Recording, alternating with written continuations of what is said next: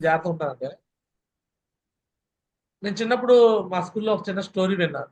ఏంటయ్యా స్టోరీ అంటే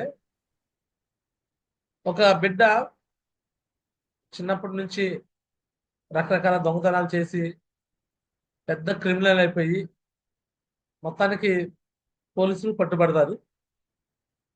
పోలీస్ స్టేషన్లో అతని మీద కేసు ఫైలింగ్ అయ్యాక అతన్ని కోర్టుకు తీసుకెళ్లి శిక్ష వేస్తారు. ఏం శిక్ష వేస్తారంటే ఉరి శిక్ష వేస్తారు.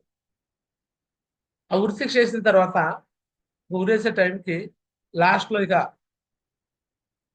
ఆ వ్యక్తిని అడుగుతారు, బాబు నీ చివరి కోరిక ఏదైనా ఉంటే కోరుకో అని అడుగుతారు.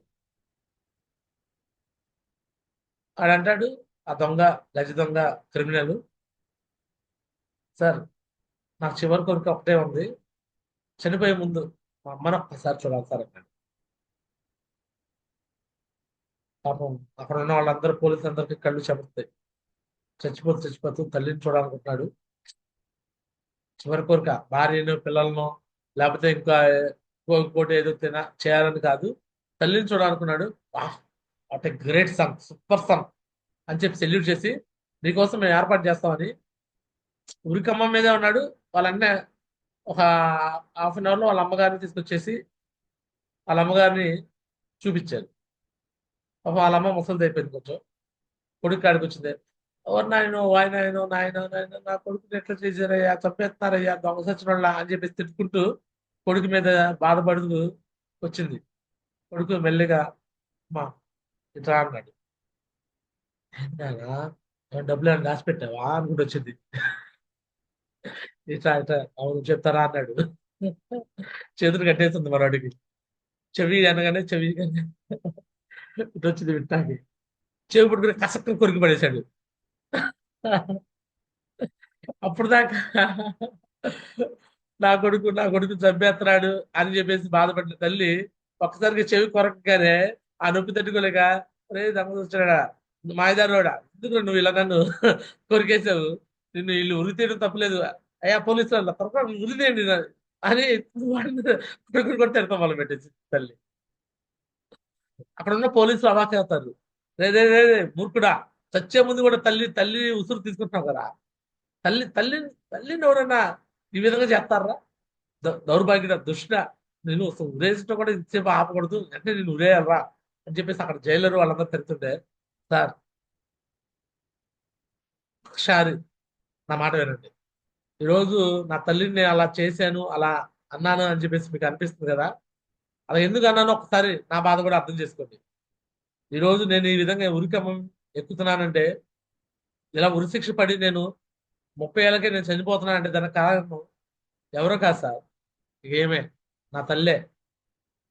నేను చిన్నప్పుడు జామకాయ దొంగలించా. ఆ జామకాయ బండి వచ్చినప్పుడు జామకాయ దొంగలించినప్పుడు ఆ జామకాయ తీసుకొని మా ఆయన బలి తీసుకున్నారని చెప్పేసి దాన్ని కోసి 2 ముక్కలు చేసుకొని 4 ముక్కలు చేసి ఇంట్లో వాళ్ళందరూ తిన్నాం. ఆ తర్వాత తొడవలు కట్ట తీసుకొచ్చా. వేరే వాళ్ళ తోటలోకి వెళ్ళి మామిడికాయలు తీసుకొచ్చా. ఇలా రకరకాలుగా నేను దొంగతనాలు చేసుకుంటూ వస్తున్నప్పుడు, అరే బాబు నువ్వు చేసేది తప్పురా అని చెప్పేసి నా తల్లి నన్ను ఏ రోజు గద్దించలేదు. ప్రతిదాన్ని తీసుకొని ఎంకరేజ్ చేస్తుంది. అన్ని నేను చేస్తూ ఉన్నాను. అలానే దొంగతనాలు కానించి చైన్ స్నాచ్ల దాకా ఈ రోజు ఈ విధంగా క్రిమినల్ లాగా మారిపోయేదాకా దానికి కారణం చిన్నప్పుడే నన్ను నువ్వు చేసే తప్పు అని నాకు చెప్పకపోవటం, నేను చేసే పని ఎంకరేజ్ చేయడం. ఈరోజు నేను ఈ గజ దొంగగా మారానంటే కారణము మా అమ్మే, ఆమె అని చెప్పేసి అతని బాధ అంతా వ్యక్తం చేస్తే అక్కడున్న పోలీసులు అవాక్ అయిపోయారు. బిడ్డను పెంచేదేనమ్మా అని చెప్పేసి ఆ తల్లిని అంటమ్మా, తల్లినని తల్లిని అక్కడి నుంచి పంపించేయడం, ఇలాంటి తల్లి ఏ కొడుకు ఉండకూడదని చెప్పేసి మాట్లాడటం జరిగింది. సో నేనైతే అలాంటి తల్లిలా ఉండాలనుకోవట్లా. మీరందరూ నాకు పిల్లలు లాంటి వాళ్ళు. అప్లైన్ అంటే తండ్రి లాంటి వాళ్ళు, తల్లి లాంటి వాళ్ళు. డౌన్ లైన్స్ అంటే నాకు పిల్లలు లాంటి వాళ్ళు. నేను ఎలాంటి తండ్రిలా ఉండాలనుకుంటున్నానంటే, ఈరోజు నన్ను మీరు తిట్టుకున్నా, ఒకరోజు మీరు క్రమశిక్షణ నేర్చుకొని బిజినెస్ లో బాగా డెవలప్మెంట్ అయ్యి డైమండ్ అయిపోయి, ఫలానా వ్యక్తి, ఫలానా అప్లైనర్ నన్ను అన్ని విషయంలో సరి చేశాడు, నన్ను డైమండ్ చేశాడు అని చెప్పుకునే రీతిగా మీరు ఉండాలి అని అనుకుంటున్నా. లేదు, నాకు ఒక అప్లైన్ ఉన్నాడులే, నేనేం చేసినా ఏం పట్టించుకున్నాడు కాదు, నేనేం చేసినా ఆ తప్పుల గురించి సరి చేసేవాడు కాదు, ఆయన పట్టించుకోపోవడం వల్ల నా టీం కొలాప్స్ అయింది, నా బిజినెస్ మొత్తం నాశనం అయింది అని మీరు ఆగిపోయి బిజినెస్ లో నా గురించి తప్పుగా మాట్లాడుకునే విధంగా అలాంటి బ్యాడ్ అప్లైన్ గా నేను ఉండకూడదని నా భావన. అర్థమవుతుందా? కొంతమంది నేను సరి చేసుకోమంటే కూడా ఆగిపోయే వాళ్ళు ఉంటారు, బట్ వాళ్ళ వల్ల నాకు వచ్చే నష్టం ఉంది. ఉదాహరణకి కొంతమంది వ్యక్తులు నేను ఈ విషయాల మీద సరి చేపిస్తున్న ప్రాసెస్ లో వాళ్ళు ఉండరు, బిజినెస్ లో నిలబడలేక వెళ్ళిపోతారు, వాళ్ళ వల్ల నాకు వచ్చే నష్టం ఏముండదు. బట్ కొంతమంది వ్యక్తుల్ని వాళ్ళు సరి చేసిన వాళ్ళు సరి కాకపోతే, పోనీ ఈ వ్యక్తి దగ్గర నుంచి డీడీలు వస్తున్నాయిలే, ఈ వ్యక్తి దగ్గర నుంచి బాగా బిజినెస్ నడుస్తుందిలే అని నేను కానీ ఉపేక్షిస్తూ పోతా ఉంటే, కొద్ది రోజుల తర్వాత ఆ వ్యక్తుల వల్ల చాలా పెద్ద నష్టం నేనే చవి చూడాల్సి వస్తుంది. అర్థమవుతుందా? Yes or no? ఒక వ్యక్తిని ఎస్ బ్రో. ఫ్రెషర్ నుంచి బ్రాంజ్ లెవెల్లో సరి చేసుకోవాలి, అది బ్రాంజ్ నుంచి సిల్వర్ లో సరి చేయాలి, సిల్వర్ నుంచి ప్లాటినం లో సరి చేయాలి. ఇక ప్లాటినం నుంచి ఉపేక్షించే పని ఉండదు నా యొక్క థియరీ ప్రకారం. నా దగ్గర ఏదైనా వ్యక్తి నేర్చుకుంటే మారితే ప్లాటినంకే మారాలి, లేదా గోల్డ్కి మారాలి, లేదా పెరల్కి మారాలి. ఇక పెరల తర్వాత ఆ వ్యక్తులు తప్పులు చేస్తూ ఉన్నా, ఓకే డీడీలు వస్తున్నాయిలే, ఎంత కొంత డబ్బులు వస్తున్నాయిలే అని మనం కానీ ఉపేక్షిస్తూ పోతా ఉంటే, ఆ వ్యక్తి దగ్గర నుంచి రేపొద్దున ఒక టోపాజ్ లెవెల్కి అయిపోతాడు, ఎమరాల్డ్కి వెళ్ళిపోతాడు. ఆ వ్యక్తి సడన్ గా అవుట్ బిజినెస్ నుంచి. ఎందుకు? ఎథిక్స్ ను ముందే నేర్పించట్లా, అవుట్. అప్పుడు కింద వచ్చిన లెఫ్ట్ రైట్ టీం ఎవరు ప్రాబ్లం క్రియేట్ చేస్తారు? చెప్పండి సార్, ఎవరు క్రియేట్ చేస్తారు? ఇప్పుడు మీరు కొంతమంది భరిస్తున్నారు కదా, కొంతమంది gold leaders left right team వచ్చినాక జంప్. ఆ లెఫ్ట్ రైట్ టీం ఎవరి మీద డిపెండ్ అవుతున్నారు? చెప్పండి, ఎవరి మీద డిపెండ్ అవుతున్నారు? పైన ప్లేస్మెంట్ పైన మీకే ప్రాబ్లం అవుతుందా లేదా? అదే మీరు మొదటి నుంచి వాళ్ళకి సరైన క్రమంలో కనుక పెట్టినడితే ఆ వ్యక్తులు జంప్ అవుతారా? అవును. సో కాబట్టి ఈ విషయాలు కొంచెం అర్థం చేసుకోవాలి. టైం పంచువాలిటీ అని చెప్పాం సోదా ప్లాన్ లో. పంచువాలిటీ టైం ప్లాన్ కోసమే కాదు సార్. ఒక అప్లైన్ పని చెప్పిన వెంటనే టక్మని చేసేయాలి, అది టైం పంచువాలిటీ అంటే.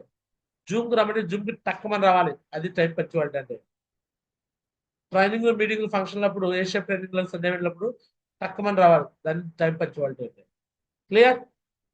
చేస్తారా? డిసిప్లిన్. డిసిప్లిన్ అయినా కూడా ఇవన్నీ వస్తాయి. డిసిప్లిన్ లో మెయిన్ ముఖ్యం టైమే. క్లియర్? రైట్. సో ఇదనమాట. సో నేను చెప్పాలనుకున్న విషయాలు ఆల్రెడీ మార్నింగ్ జూమ్ సెషన్ లో చెప్తున్నాను. 5:45 నుంచి నేను ప్లే చేసే వీడియో చాలా సింపుల్ గా తీసుకున్న వీడియో, కానీ మీరు అది సింపుల్ గా తీసుకున్న వీడియో కాదు సార్.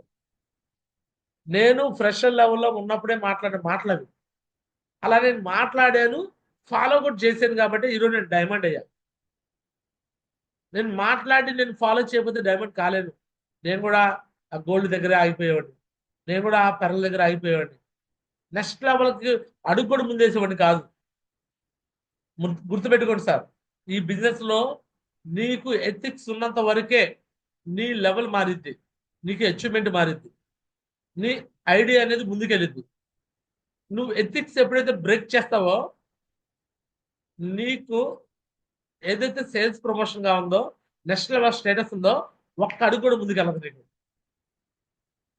పైన ఎవరు చూడాల్సి వస్తుందో భగవంతుడు చూస్తాడు. భగవంతుడు సీసీ కెమెరాస్ చూస్తాడు. నీవు నీతిగా నిజాయితీగా పనిచేస్తున్నావా? ఎస్, రిజల్ట్ ఇచ్చే.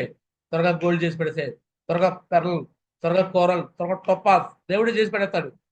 నీ దగ్గర ఎప్పుడైతే ఎథిక్స్ తప్పుతున్నావా, సో ఆటోమేటిక్ గా పైన భగవంతుడు సీసీ కెమెరాస్ చూస్తాడు, నీ లెవెల్ ఒక్క అడుగు కూడా ముందుకేని కూడా చూస్తాడు.